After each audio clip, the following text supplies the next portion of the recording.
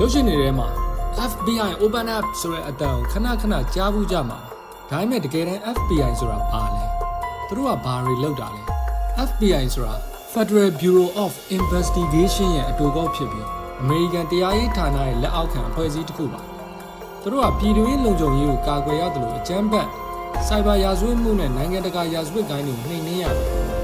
FBI ကို1908ခုနှစ်မှာစတင်ဖွဲ့စည်းခဲ့ပြီး J. Edgar Hoover လက်ထက်မှာတော့ဒီနေ့မြင်ရတဲ့ခင်မီစုံစမ်းစစ်ဆေးရေးနည်းပညာတွေနဲ့အင်အားတောင့်တင်းတဲ့အဖွဲ့အစည်းဖြစ်လာခဲ့တာ FBI မှာအလုပ်လုပ်ဖို့ဆိုတာမလွယ်ပါဘူး Special Agent တယောက်ဖြစ်ဖို့ဆိုရင်ပြင်းထန်တဲ့လေ့ကျင့်ရေးတွေကို Quantico က FBI Academy မှာဖြတ်တန်းရပါတယ်သူတို့ရဲ့ဆောင်ပုဒ်ကတော့သစ္စာရှိမှုရဲရင့်မှုနဲ့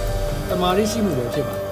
သူတို့ကကမ္ဘာတစ်ဝန်းမှာရုံးဝဲပေါင်းများစွာရှိပြီးအခြားနိုင်ငံကရဲတပ်ဖွဲ့တွေနဲ့လည်းပူးပေါင်းဆောင်ရွက်ပါတယ်ဒါကြောင့် FBI ကကမ္ဘာအရှိန်အဝါရှိဆုံးစုံစမ်းစစ်ဆေးရေးအဖွဲ့လို့သတ်မှတ်ခံရတာ